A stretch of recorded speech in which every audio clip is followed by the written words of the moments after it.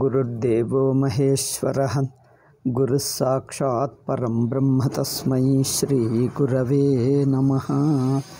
Om Om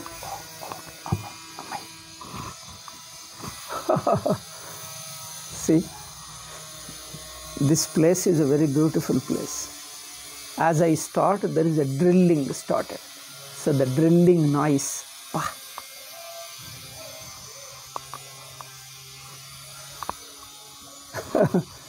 what can you do? As you start, they also start at the same time.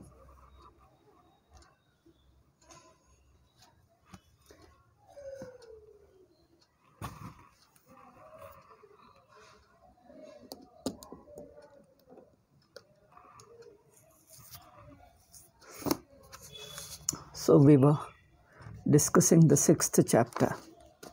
In that thing, 24th and 25th shloka. Okay. Sankalpa prabhavan yogartaha apekshita prayatna. Sankalpa prabhavan kaman styaktva sarvan asheshataha. So as you sit in a seat of meditation, the actual meditation. So before meditation, all the various preparations have been elaborately discussed. But what is actual meditation? That is nididhyasana. What exactly we do in nididhyasana? People ask a question. See, sankalpa prabhavan kaman tyaktva sarvan asheshataha. So all the desires which are naturally born of sankalpas. Sankalpa means thinking good of something, samyak kalpana. So you have an inclination, a liking when you dwell upon things and objects which you like, with a liking, with a soft corner, with a liking. If you dwell on things, if you keep imagining, brood the things, that liking develops into a desire. Therefore, sankalpa prabhavan kaman styaktva. So all the desires, having given up all the desires, born of your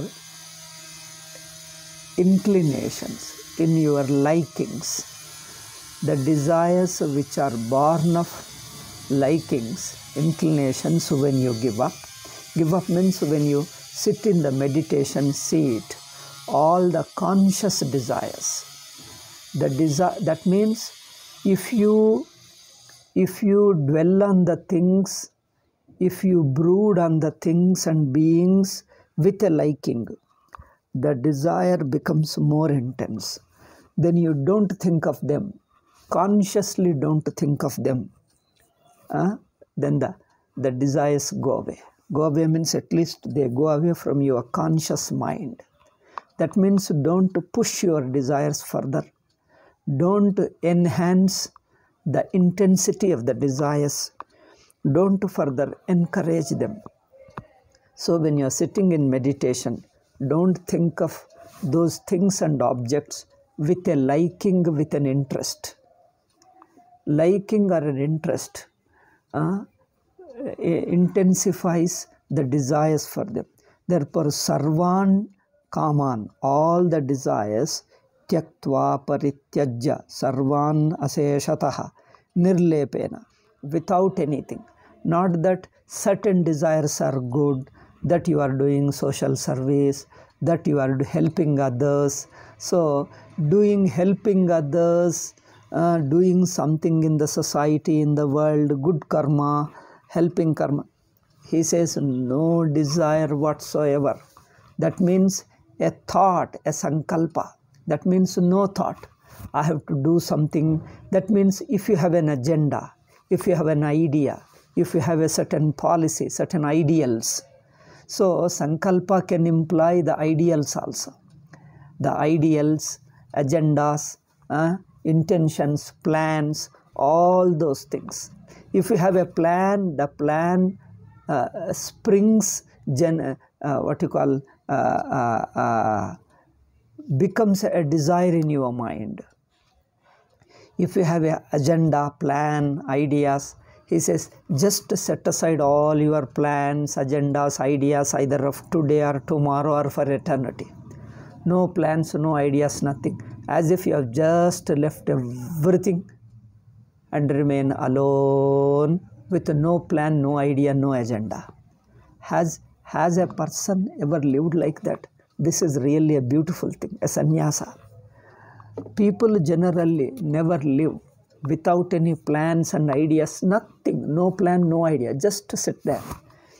This is very difficult or impossible for certain people, most of the people, because they always keep an idea, a plan. Oh, why waste time? People think that, oh, when you go there, keep something or talk to somebody or write something or read some book. Why waste time? Even the thought of wasting time disturbs you, is not suited to meditation. Here, you give up every plan, every idea. If somebody is waiting for you, another example, another event. If somebody is waiting for you, somebody wanted to talk to you desperately, so he might be, so you keep the telephone on. So he has to talk. Even that, don't wait for something. Don't anticipate something. Don't wait for somebody's call. All that set aside. That means mind becomes totally blank and full of leisure. No tension. It is a full of leisure. Leisure means totally relaxed. No plan, no idea. Generally, people have always their mind occupied with some thought, some idea, what is to be done next. If they leave their mind totally empty, they feel very disturbed. Yo, I'm just not doing anything. Such a state they have never experienced in their life. They always have some or other agenda, some plan. At least they say, it is a good plan, we are serving others, we are being helpful to others, why wasting time? They say, it is true. If you feel that you should not waste your time and then do something to others, okay, do. But we only mean to say is, for nididhyasana, that is not helpful. Because any plan, any idea, whether it is good or bad, whether it is dharmic or adharmic, even dharmic plan, dharmic idea disturbs you. Even a dharmic idea, a good idea that you want to do good to people. So, a real detachment, real vairagyam means even trying to do good to others also should not be your agenda. Then people may say, oh, should you remain a stone-like person or so selfish person that you should not help others, serve others and remain so selfish? You mean meditation and the sannyasa which is necessary for meditation, or both are so selfish? People thought. You see, those who put such a question don't understand what is selfishness, what is selflessness. They need to. So such people, those who put such a question, let them continue. Do good thing, whatever you want to do, service, we don't mind it, we don't advise you. Against your wish, continue. But what we are talking is something a deeper level. Here, dharma means doing good to others is good. But in Vedantin, a Vedantin who has listened to Vedanta, who has done manana, come to the level of nididhyasana, such person doesn't get these doubts. Such person doesn't get these doubts. But there might be a few people, they are sincere Vedantins, yet these thoughts keep assailing their mind. For such people, I give explanation. Even doing good to others should not become a desire for you, because even that desire, for ordinary people, entertaining a desire to help others, serve others is very good. But we are talking of still advanced sadhakas, still much detached people. There, for such detached people, even that desire to do good to others is also an obstacle. Because even in that there is an element of desire, there is an element of desire, an element of ego, element of individuality. So it is a still higher level we are talking of. Okay. So even trying to do good or thinking of doing good to others is also a desire that also obstructs this nididhyasana. Because the sadhaka has come to such a stage where even doing good is a desire. That means it has to be understood this way: you don't entertain a desire for doing good to others. That means your individuality is offered to Ishvara. Me and my body, sense organs and the world and life, everything is surrendered to Ishvara. Ishvara may use me for doing good to others, because you have no selfishness, no individual desires, therefore your life will be useful to others. Bhagavan will make use of you to do good to others, but that should not become your personal desire. This is the difference. A person who has come to this nididhyasana stage with a total detachment comes to nididhyasana stage, his approach is different. He will be, through him there will be always good things done to others. He will always be doing good to others, but there is no thought of doing good. There is no agenda and plan of doing good. It's like you see the baby. Baby is innocent. Baby is innocent and kind-hearted to people. But does baby think that I should be kind to others, I should serve others? It is all spontaneous. Similarly, a person who comes to nididhyasana stage, he doesn't entertain even dharmic desires, even noble desires, because the desire, whether it is noble or ignoble, depends upon an individuality. It retains an individuality.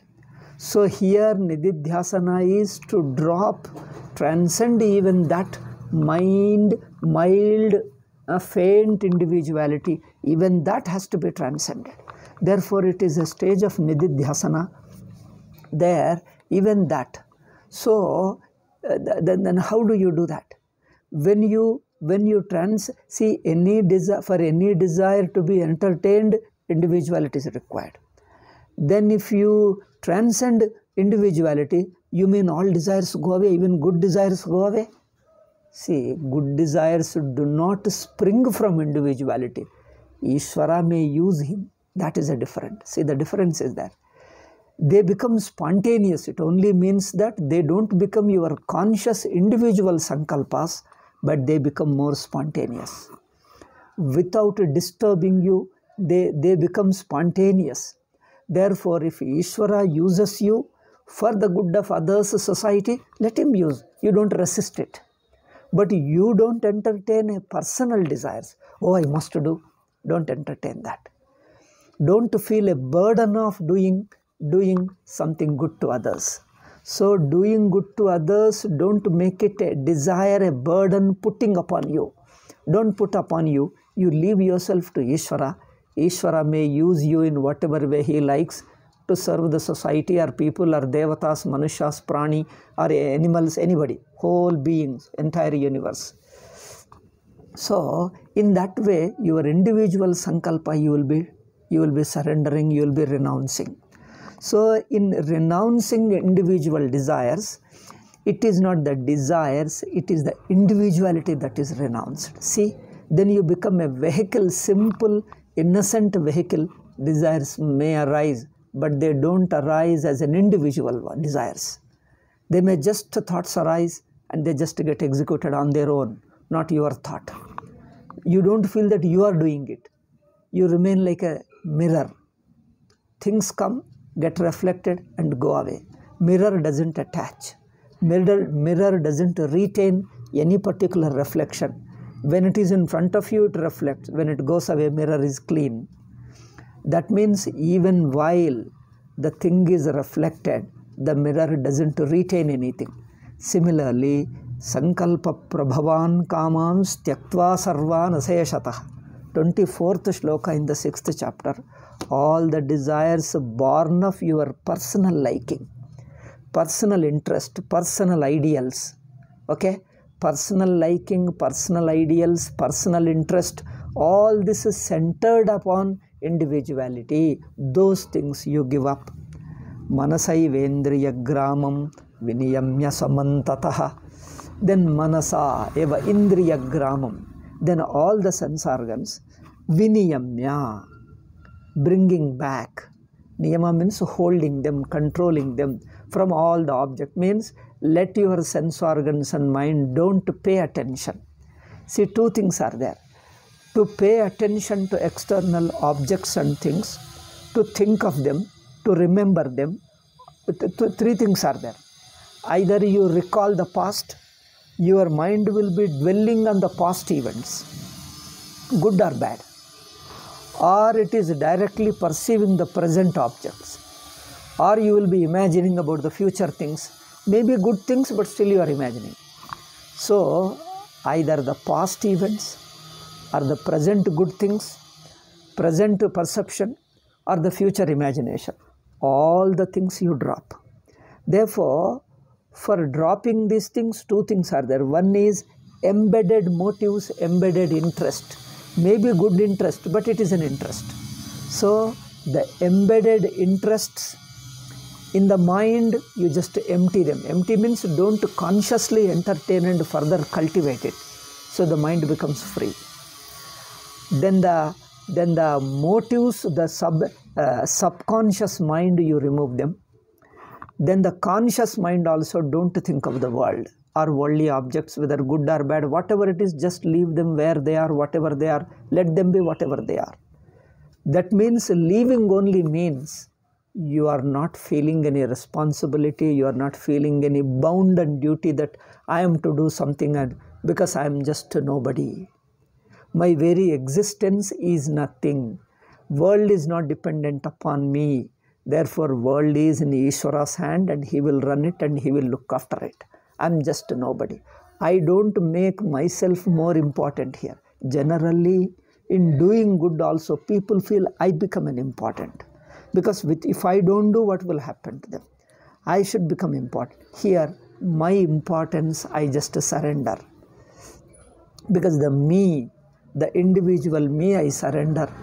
I am not important because I am a part of the vast universe like an ocean. A wave is a part of an ocean. The ocean can create thousands and millions of innumerable waves like me. I am just a nobody. I live for a short while. Innumerable waves can rise like me. And see, generally when we do service, the pressure you should not feel. Because if I don't do, suppose if I don't do service, what will happen? There is a dire need in the society, suffering. True, even if the society is suffering, be humble and simple. Wait for Ishvara's Sankalpa. Wait means pray for it. He gives the Sankalpa. He does the action through you. If he doesn't do, if sometimes you try to do something and you fail, don't get upset. This society is bad, not making use of me. Don't condemn me like that. You see, I am so capable, I could have done the service to society.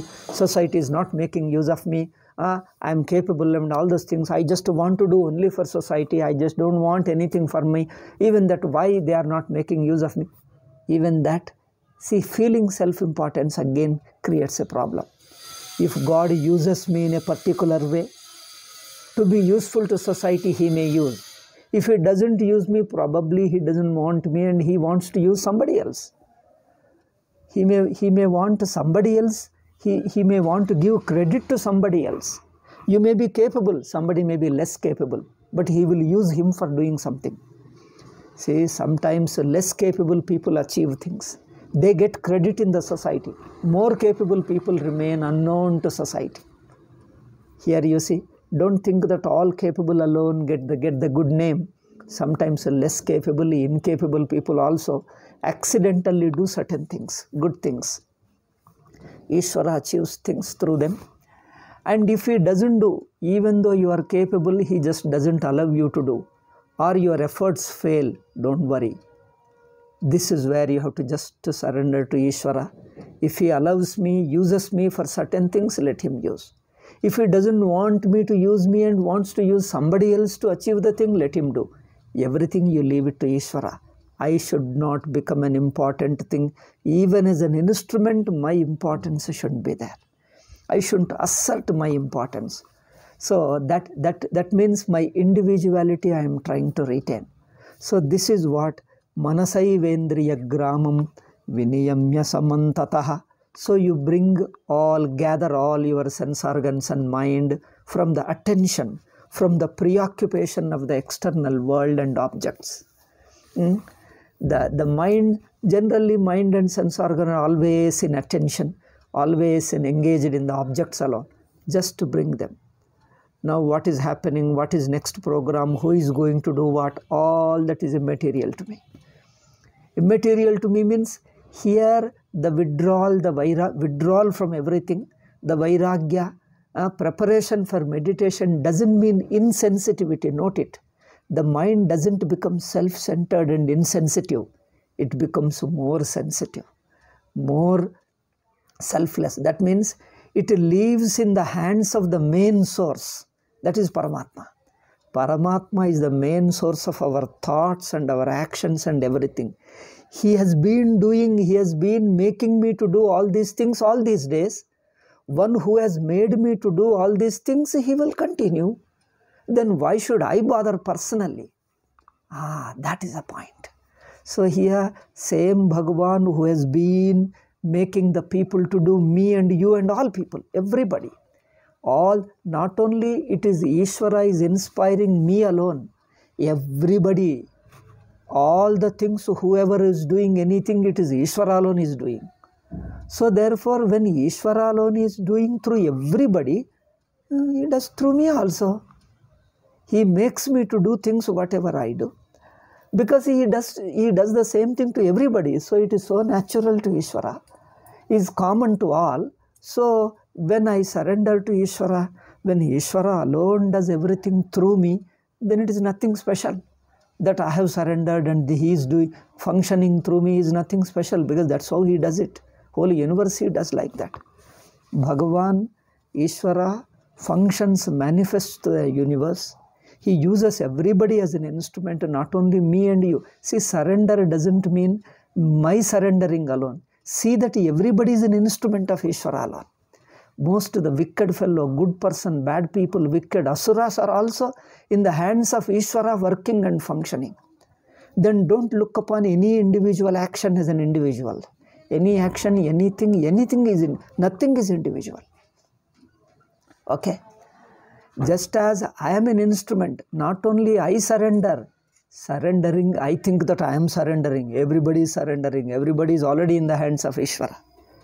Everybody is consciously, unconsciously is in the hands of Ishvara. Nobody is independent.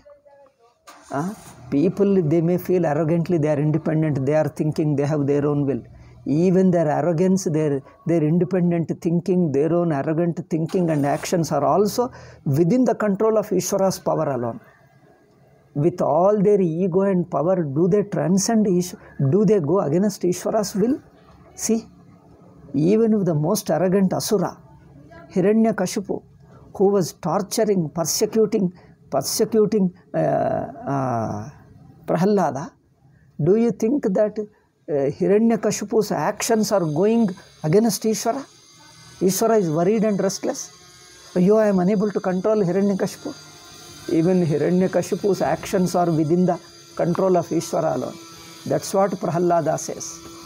See, when Hiranyakashipu calls his son Prahalada, 5-year-old boy, and asks him, I have tortured you. I gave you all kinds of pain, all kinds of persecution. Still you are so bold. Your moral strength, your spirit is not broken. Your spirit is not broken. You are surrendering, you are enduring all the things. And Hiranyakashipu didn't understand what was the reason. And he puts a question, on whose strength? On whose strength are you so stubborn? On whose strength? Whom are you trusting? On whose strength are you stubborn? Prahalada says, it is not stubbornness. The strength is not particularly for me alone. It is everybody's strength. My strength, that Ishvara is my strength, is not my speciality. Ishvara is everybody's strength. And he says, O king, O father, it is the same Ishvara who is making you to talk, same thing is making me to work, function. So it is nothing special. It is same Ishvara is working behind you, behind me and everybody. Therefore, even to put that question, it is Ishvara's strength is required, even to challenge Ishvara. Even to challenge Ishvara, question Ishvara, even to become atheist, even to entertain a thought of atheist, it is Ishvara as a Sakshi in your Antaratma. Antaratma Sakshi is there. See how Prahalada sees that. Prahalada sees is everywhere in you also. Even to challenge Ishvara, even to persecute me, it is Ishvara's strength alone. Therefore, I don't feel that God saved me, God helps me, and here is an Asura. He is not seeing Asura. Even in Hiranyakashipu's actions and thoughts also, he is seeing Ishvara alone. See, Prahalada, this is a high advanced thinking. He is a purely Nishtha, Brahma Nishtha. He is seeing even Hiranyakashipu's actions, Hiranyakashipu's thoughts also. He is seeing Ishvara's function, Ishvara's will alone. That means when Ishvara's will is everywhere, that everybody is surrendered, everybody is in the hands of Ishvara, not only me. Therefore, where is the question of my surrendering? When everybody is in the hands of Ishvara alone, it is a natural fact. You don't have to specially make a sankalpa to surrender. Understand, everybody is already in the hands of Ishvara. See, surrendering is surrendering a will, an action of will, or is it a fact to be discovered? Two things are there. You may make a sankalpa of surrendering, that okay, I am offering myself to Ishvara, I am offering myself to Ishvara, let Ishvara function through me. Like this, you may make an auto-suggestion. You may make a sankalpa. This is one. This is an upasana level. This is an upasaka level. But there is a Vedantic level, a jnana level. It is not, you are not making an auto-suggestion. You are not making a sankalpa that my hands and legs and sankalpa, thoughts, everything, let Ishvara function. You are not offering. You understand they are already in the hands of Ishvara. They have been from beginning. Even before you were ignorant, even before you knew anything, they were already in the hands of Ishvara. When were they independent of Ishvara? Your body, your mind, sense organs, my body, everybody's body, all wicked people, good people, saintly people, asuras, everybody's function, any movement in the earth, any smallest movement in the earth, everything is already in the hands of Ishvara. This is a fact when you discover. The discovery itself makes you humble, makes you egoless. So here it is a discovery, not a conscious surrender. Conscious surrender means you are not making a sankalpa. You understand even sankalpa is already in the hands of Ishvara. Where is the question of my offering to him? See, two ways. One is, oh, all these days I thought it is mine. No, hereafter I leave it to Ishvara. This is one way of surrendering. Another mature way, more Vedantic way is, do I have to offer to Ishvara? But is it not already Ishvara's? It is already Ishvara's, then who is to offer? It's been already there. It has been Ishvara's. It has never been others other than Ishvara's. So this discovery, this understanding makes him totally thoughtless. Means even sankalpa goes away. Because sankalpa has no role to play. You don't have to make sankalpa. You don't have to use your will, because will is also not yours. One is offering your will to Ishvara. Still deeper level of understanding, this is a nididhyasana level. You don't even offer. You understand your will is already in the Ishvara's. Who is to offer? Where is I have no will that is to be offered. It is already Ishvara's. So in nididhyasana, we are understanding much subtler level. Much subtler level. It is a discovery. It is an understanding. That's why it is all jnana. It is all jnana. You are not consciously surrendering. You are understanding that my will has never, Not only I am surrendering now, my will has always been Ishvara's, even before when I was Ajnani, even before I was an ordinary man, even in my past Janma, even hundreds of before Janmas. Not only me, any Jiva on the earth, any Devata, any Jiva, any Rishi, any Pitru, any Prani, any animals, any Asuras, everybody's will is already in the hands of Ishvara. This is the fact. Then who is to surrender? What does the surrender mean? Surrender has no meaning. When you understand, even surrender has no meaning, because it is a deeper fact, eternal, universal fact, that everything is already Ishvara. This discovery makes you totally silent, Sakshi. Silent. Because there is no function for will to operate. Because will has no meaning. The will has no meaning. Because will has no purpose to do anything. It doesn't make any sankalpa, because there is no need to make anything. So this understanding itself relieves you from all your will, relieves you from your sankalpa. All the will has gone into the hands of Ishvara. Whatever happens, happens. Guna guneshu vartante. This is what Bhagavad Gita says. Guna guneshu vartante yatimatva na sajjate. All the things happen on their own. Neither I do nor I stop. Neither I do anything nor I stop anything. Doing, stopping both involve the will. Okay? Doing something, stopping something. Offering is also a will. Even that is my action. Okay? Offering myself to Ishvara is also a will. Here, he understands my will itself belongs to Ishvara. So who is to offer what? To whom? It is already Ishvara's. So this, if you keep this in mind, then doing Nididhyasana becomes easy. Therefore, Nididhyasana is not doing. This is very interesting thing. You don't do Nididhyasana. If you think of doing meditation, then it is not a meditation. Meditation means it is not Nididhyasana. It may be Upasana type of. As we always say, meditation is of two types. One is a meditation you do. Another is meditation you don't do. You allow the meditation to happen. One is doing meditation. Another is you don't do, neither do meditation nor stop meditation. Oh, what is this? Neither you do meditation nor stop meditation. Then what is to do? The very things you allow, whatever happens. You allow the meditation to happen. You just don't do anything. Doing, not doing, both are in the hands of Ishvara.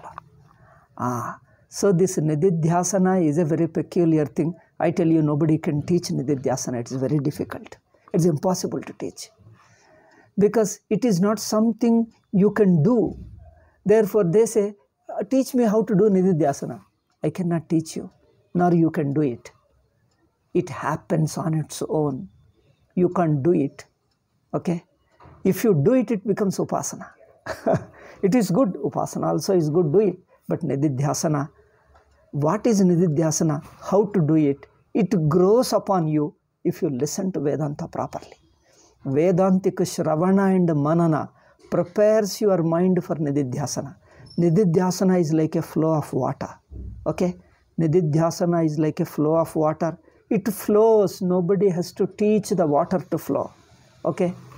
Nobody need to push the water. Nobody need to teach the water to flow. You don't have to push. Then what happens? Water flows. Why? No question. No answer. Why and how it flows. That's all. You see that it flows. Why and how has no meaning, no answers. That means the question has no meaning. The questions have no place. No room for such questions. So that is Nididhyasana. Therefore, here you give up Sankalpa. That means you understand Sankalpa has no meaning, not necessary. It has no room, no place. The Sankalpa itself melts away. You don't consciously hold it. If you start holding the Sankalpa, then that itself is another Sankalpa. Holding is a Sankalpa. Okay? You hold the Sankalpa, you want to do something, that itself is a Sankalpa. Therefore, Don't hold it, don't leave it. See whatever happens. Okay? So there is already flow happening. That means you're only discovering, you're only aware of, aware of, aware of. Things are already swallowed, taking the water flow is coming and swallowing the things on the way and just flowing away. See, the water is coming. On the way it picks up whatever is there. First it inundates. The water comes and submerges it. It swallows everything into the water and flows away, carries away the things. Similarly, Allah. The flow is Chaitanyam. The flow is Ishvara. All your mind and sense organs and body, the flow of Chaitanyam flows because its very nature is flowing. The Chaitanyam flows. It picks up your body, mind and thoughts and ideas, everything. And it takes them into itself and flows, carries away. You just don't do anything. It already happens. Let it happen. So, therefore, Shanai Ruparameth. So, with this natural being, it is not becoming, it is not doing, it is just to allow the things to remain. Allow the things to remain. Therefore, this being is Nididhyasana. Therefore, somebody told, Swami Dayananda used to say, Nididhyasana begins where it ends. See, this sentence is beautiful. You begin Nididhyasana when it ends. When the Vididhyasana ends, then alone Nididhyasana begins. What does it mean? Nididhyasana begins when it ends. That means it is not a doing. That's what it means. People think that it is not doing, then you mean stopping it.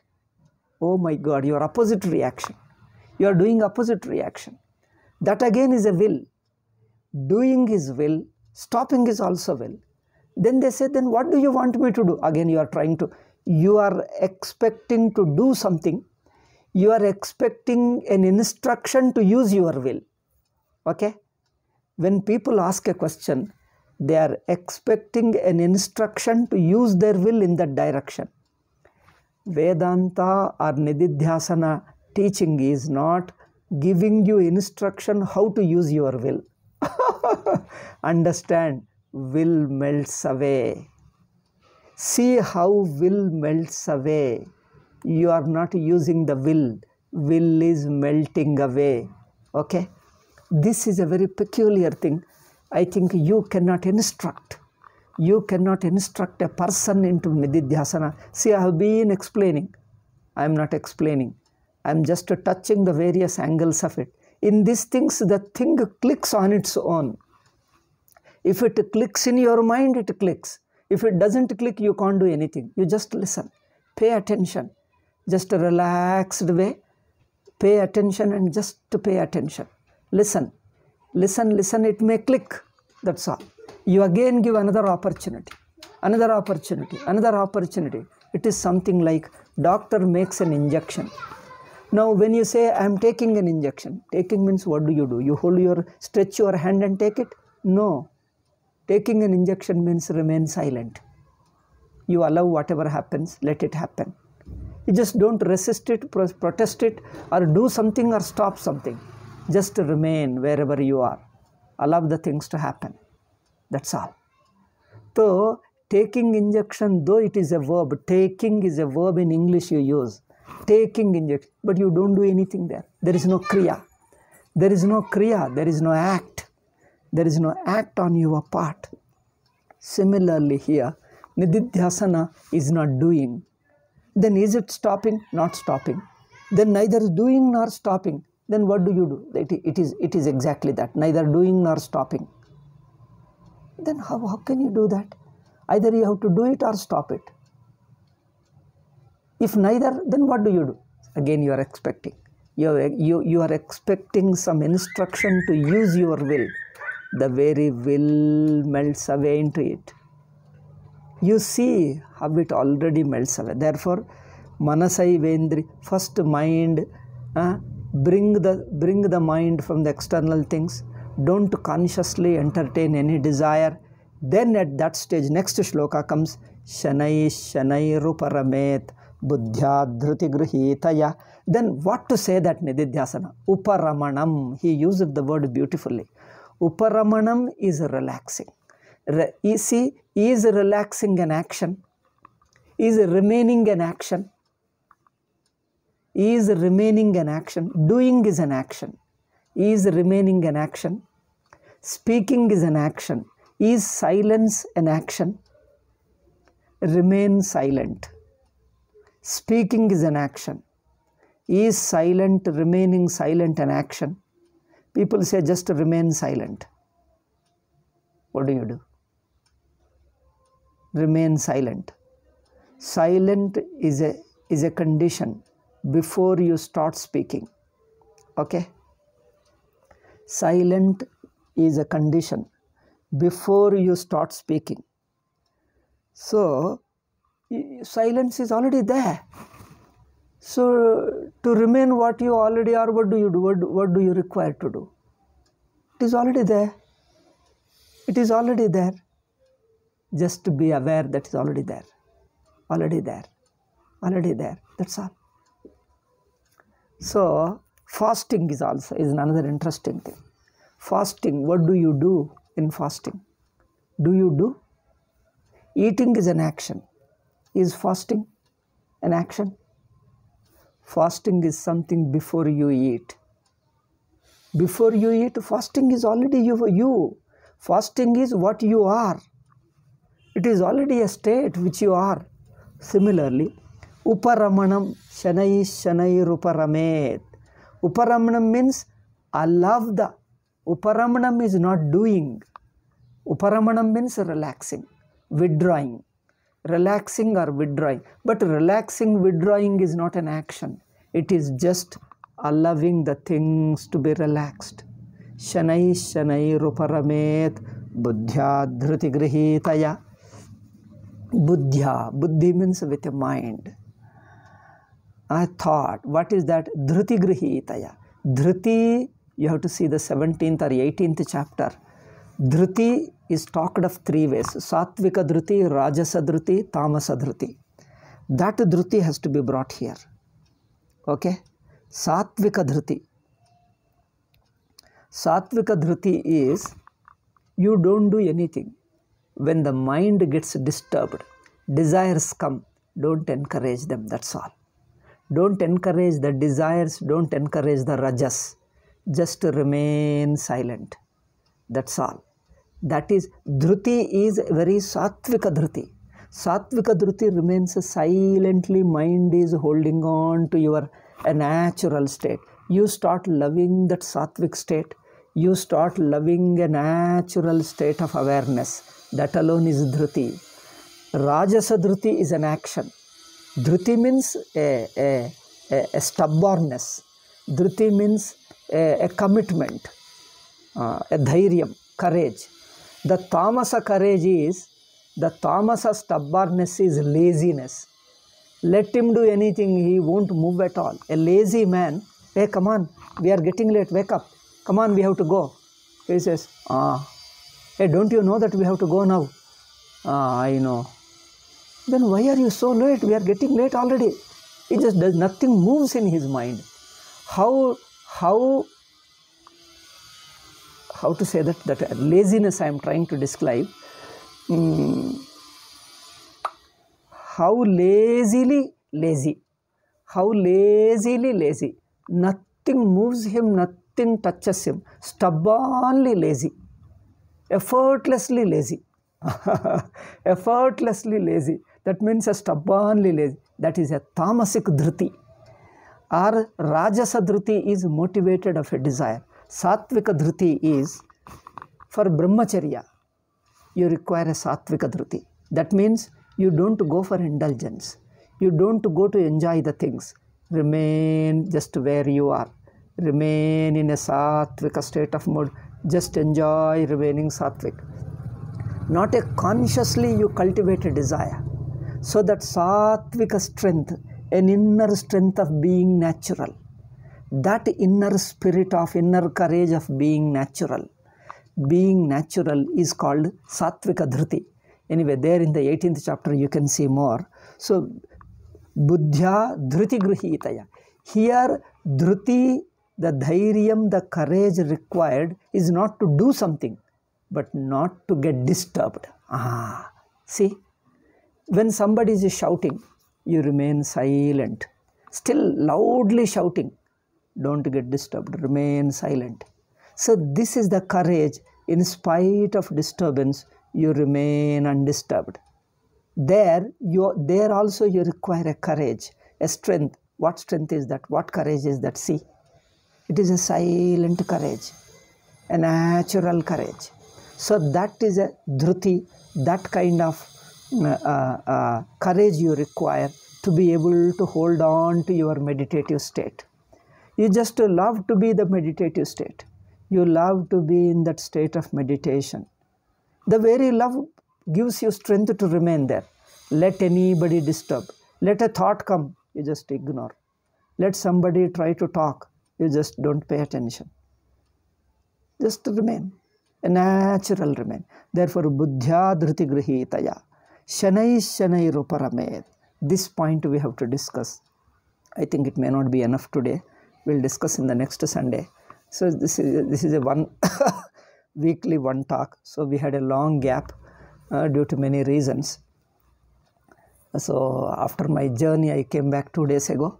So I am resuming these English talks on Sundays. How to do that? Shanai Shanai Ruparamed. How to do that? Here Shankaracharya says, Shanai Shanai Natu Sahasa. Don't do forcibly. Forcibly means don't use your will. Just remain watchful. Sahasa, not suddenly. Suddenly means you are using the will. If you use the will, what happens? Your mind gets suppressed. The thought gets suppressed. If the thought is suppressed, you don't transcend the thought. See, transcending the thought, falsifying the thought is different from suppressing a thought. A suppressed thought remains suppressed for a while after resurfaces. But here, you don't have to suppress the thought. You have to. So, Shanai Shanai Ruparamed means you are not suppressing the thought, you are transcending the thoughts. You are understanding the very thought is inseparable from consciousness. See, that is a different. Here you have to be aware, fully watching. Aware, fully watching. See that all the thought is part of consciousness. It is not away from consciousness. Any thought, even this thought which I am talking is already in the consciousness. It is already within the consciousness. Nothing is outside consciousness. Like this, be aware, fully watching. That's all. Shanai Shanai Ruparamed. Part by part, the whole mind, different levels of mind, body, subtle mind, what you call gross mind, all the various functions and thoughts of mind, see them. They are already part of consciousness. They are not outside consciousness. Okay? They are aspects of consciousness. They are appearances of consciousness. Nothing is outside consciousness. So this you have to understand. Therefore he says, Shanai Shanai Ruparamed. Gradually. Gradually means don't use your will, just be watchful, awareful. The thought itself, you come to understand that it is already part of consciousness. Every thought is already part of consciousness. So this is an understanding. Sahasa means forcibly you can stop the mind. But the mind disappears. Disappear means some kind of a nirvikalpa. Some kind of a sleep, some kind of a nirvikalpa. Thoughtless state you can get it. But that doesn't remove the thought. It only suspends the thought. It only makes the thought motionless. That's all. Making a thought motionless is not removing the thought. It is only tentatively holding the thought. But again resurfaces, again starts moving. So by sahasa, na sahasa, Shankaracharya says, Shanai Shanai Ruparamed. Gradually, slowly. Slowly means what? by your understanding, by your awareness. See that the thoughts are already involved, thoughts are already part of consciousness. Now, do you have to push the wave into water? Or you only have to understand waves are already in the water? You don't have to push them. You don't have to push the waves into water to be able to see them that they are water. To be able to see waves or water, you only have to watch. There is a wrong thinking, a misunderstanding that wave is something more than water. It is something little away from water.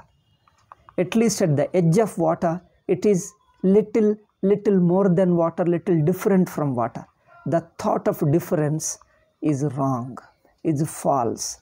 Wave has never moved away from water, nor it has ever come to the edge of water. Wave can never come to the edge of water. Wave is already water. It has never been away.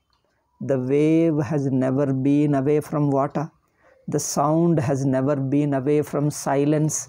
Here you see very interesting thing. Sound is born of silence. Sound merges back into silence. See, before you utter a word, what was there? A silence. Before you utter a word, there is a silence. As you utter a word, the sound is springing from silence, isn't it? See, watch this. Sound is springing from the silence, then merges back into silence. This is okay. This much understanding itself is great, but there is one more thing. The sound which is springing from silence is silence throughout. It never moves away from silence. Sound is part of silence. It is nothing but silence. If you understand that sound is nothing but silence, sound is not away from silence, it is another form of silence. Sound is another form of silence. Then you have understood the nature of sound. Similarly, the entire thought. Thought is another form of consciousness. Thought springs from consciousness, merges into consciousness, then the consciousness is spreading in and out of the thought. A thought, any thought, the mind, the thought as a whole, not a particular thought, okay? Not a particular thought, not a thought of a particular thing. By thought we mean the total thought, all the thoughts put together. The total thought, the very mind itself. Not a given thought, not a particular thought, not a thought of a given thing. All thoughts, good and bad, and you and me, the entire universe. All thought put together as a one is nothing but consciousness. Thought means the wholeness. The whole thought is consciousness. It is springing from consciousness, but doesn't move away from consciousness. It is still consciousness. This understanding makes you see that everything immerses in the consciousness. All the thought immerses in the consciousness. Not now, it has been in the consciousness. I am not newly pushing into consciousness. I am not newly merging into consciousness. It has never been away from consciousness. It is already in the consciousness. So this understanding dawns, then there is no mind other than consciousness. Why? It has never been there. Why now? Mind has never been there, neither now nor before nor ever. There is no such thing called mind at all. There is only consciousness. So this understanding is Atma. Atma samstham manah kritva. Understanding that the thought is nothing but consciousness. There is nothing outside consciousness. Okay? It is only a misunderstanding to think that there is something, thought is something other than consciousness, a slightly different from consciousness. So this itself is a misunderstanding. You correct the misunderstanding. Atma samstham manah kritva na kinchidapi chintayet. Understanding that everything is consciousness, see that there is nothing other than consciousness. Na kinchidapi chintayet. Have no thought which is not consciousness. You will come to discover that There is no thought which is other than consciousness. All thought is nothing but consciousness alone. It already not, you are not merging, nor it is automatically merging. It is, you understand that it has never been away from consciousness. It is already part of consciousness. In fact, there is no such a thing called thought other than consciousness. This understanding is Atma Samstam Manah Kritva Nakinchidapi Chintayet. Okay? Understanding the thought to be an another form, another aspect. It is only an aspect of consciousness. Therefore, there is no such thing called thought other than consciousness. Atma Samstham Manah Kritva Nakinchidapi Chintayet. Sound is part of silence. It is an aspect of silence. It is a dancing posture of silence. When the silence is dancing, sound is a posture. Sound is a posture of silence. Okay, do you see? Sound is a, when silence is dancing, it is a posture assuming, silence is assuming a posture of sound. Therefore, sound is not opposite to silence. Okay? Sound is not opposite to silence. Sound is already within silence. Similarly, the thought is not opposite to consciousness. Thought is not moving away from consciousness. Thought is simply another name for the same indivisible, immovable consciousness. Thought is another name for the same self-existing consciousness, self-shining consciousness. Okay. Then what is thought? There is no such thing called thought at all. Thought is only a name for the same, which has been there, which is ever there, ever existing consciousness alone. You are giving another name called thought. Such thing called thought never existed, never exists, never is. I thought there is something. Thought is something more than consciousness, something different. The very thought of different is also wrong. Therefore, whole thing is one consciousness. Atma Samstham Manah Kritva Nakinchidapi Chintayet, because there is nothing to think of. So therefore, these two shlokas constitute the real Nididhyasana. And the next 26th also. In fact, 24, 25, 26. These three shlokas constitute the real Nididhyasana. All other shlokas talk of preparation to meditation, both external preparation, internal preparation. Then after 26th, 27th onward, they talk of the fruit of meditation. What do you get as a result of when you succeed in meditation? When meditation becomes successful, what will be the result? It is talking of the result. Then when we come to 27th shloka, we shall discuss there. But the real meditation is only in 3 shloka. Remember, in the 6th chapter, 24, 25, 26. These 3 shlokas talk of the real nature of meditation. The actual meditation is only this. Nididhyasana is only in these 3 shlokas. Okay, time is up. We will continue in the next Sunday. And tomorrow, those who are listening to my Telugu talk, tomorrow we have Gita Bhashya, 2nd chapter, Nasato Vidyate Bhavo. We shall have around the same time, 11:15 or 11:30 I start, sometimes around that, depending upon my little disturbances. I try to want to stick to one particular time, but I am unable to do, some disturbances coming. Anyway, gradually I hope to have fixed one exact time. But now at that moment, around 11:15 to 11:30, around that time I shall start for 1 hour. Okay. Tomorrow Gita Bhashya, and then again Tuesday, Vedanta Paribhasha and Mula Vidya Nirasa will continue. Om Shanti Shanti Shanti. Okay.